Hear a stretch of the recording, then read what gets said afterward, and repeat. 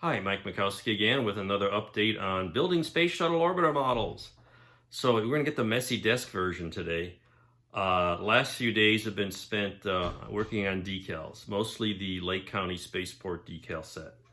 And as I've mentioned before, and you'll see when I post some things and I update my space and miniature book on the space shuttle, none of these decal sets are perfect. There's so many variations of shuttle orbiters and tile markings that changed on individual orbiters over the years. It's very difficult to cover each and every configuration, but we're getting close here. Anyway, so I'm doing Atlantis in sort of a mid range with a mix of surface insulation and tile. So let's take a look. So you can see lots of decal scraps everywhere and pieces cut out. Also, I'll print a photocopy or a scan of the decals, cut them out in paper and test the fit. Because of course, a lot of times things don't fit like they hope to. And I think some of these decal sets were made for a 72nd scale model and then scaled down to 1/44th scale. And sometimes that works, sometimes it doesn't. The shapes, especially on curved surfaces, the shapes don't always fit. So there are some pieces that I don't know how they're supposed to fit. You can see here on this side, I've got the black tile going from the nose to where I got it close painted to the black tile area. Now, if you put this section on, it's supposed to go to the front of the payload bay door.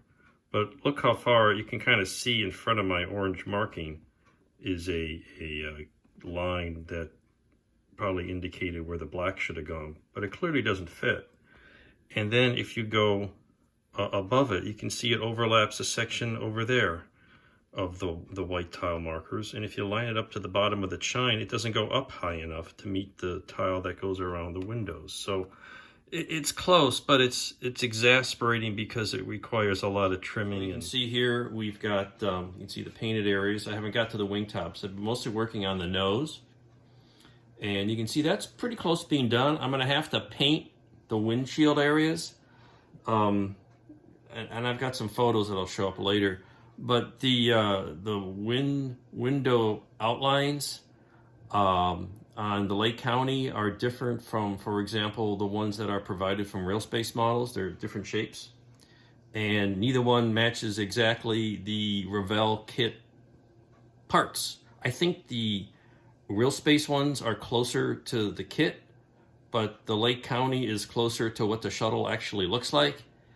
And so in either case, you have to do some compromising. My suggestion would be to just give up and putty over all the windows and all the RCS nozzles because they don't match either.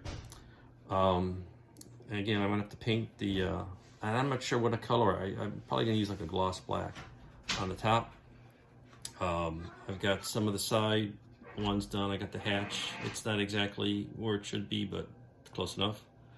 And I started with the bottom and still have to fit some of the gaps because if you line them up on the outside, they're not lined up on the inside. And I don't know if that's the kit or the design of the decals or what, but that's just the way it is. But this model is going to be displayed at the bottom of mirror sticking out, mounted here. So you're not going to see the bottom anyway, so I'm not too worried about it. So I worked on the nose, and I went to the tail area. These came out pretty nice. I'm pretty happy with how that came out. You know, the tile over the leading edge and the top, and then the tailing edge. I had to find some scrap decals to put on the very back, which I'll have to do the same thing on the back of the ailerons. I started putting the tiles on the engine bulkhead. Oh, I added a little sheet of styrene on the back of the APS pods and put on the Lake County decals for that. I think that looks really nice. This is a photo etch part from Newware. That's part of their payload bay detail set. And I painted, some of these are actual holes that go all the way through. So I painted a little dark metallic gray underneath and then super glued on the photo etched umbilical panel. And I think that came out pretty nice. The white tile I did overspray these with a little thin gray to lighten up the brickwork. Same thing on most of these tiles. I hit it with a little bit of white to lighten up the tone. It didn't really work that effectively, but it does give the white tiles a little different coloration. As you can see, the same thing kind of here. There's a little bit of a tone difference on the brick tiles versus the flexible surface tiles. So it's just a slow, tedious process because everything is got to be trimmed to fit. The APS tiles on here, these are all individual strips because that's what you get with the sheet. I think, do I have that handy yet? No, I don't. But in any case, yeah, here it is. You get a sheet of like spare strips of these, and I just cut those out to fit the pots. There's no specific ones except for these rectangular areas here, and of course with the bricks, and of course putting one. This was like one piece supposedly to fit on the front of the pods, and to get that on a curved surface just didn't work out. So I tried it first on the right side. It was kind of a mess. On this left pod, I cut them into 3 separate strips and put them on one at a time. That seemed to work a little better, but now you got mismatched patterns.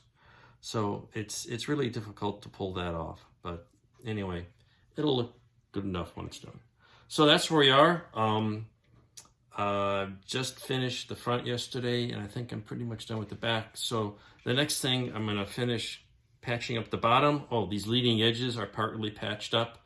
You can see this here to here, there was no tile provided for the decals on either side because the bottom didn't wrap enough over the bottom, and there was nothing here to take it all the way to the top. So I'm just having to patch that together. I gotta finish that, and then we'll do the sides of the fuselage and the top of the wings, and then we'll be pretty much done with that. And then we get the fun part of scratch building a payload. So this is a long, tedious project, not for the faint of heart. But it'll look interesting when it's done, you know, and share my experience with you all. So thanks for watching, and stay tuned for more soon. Bye now.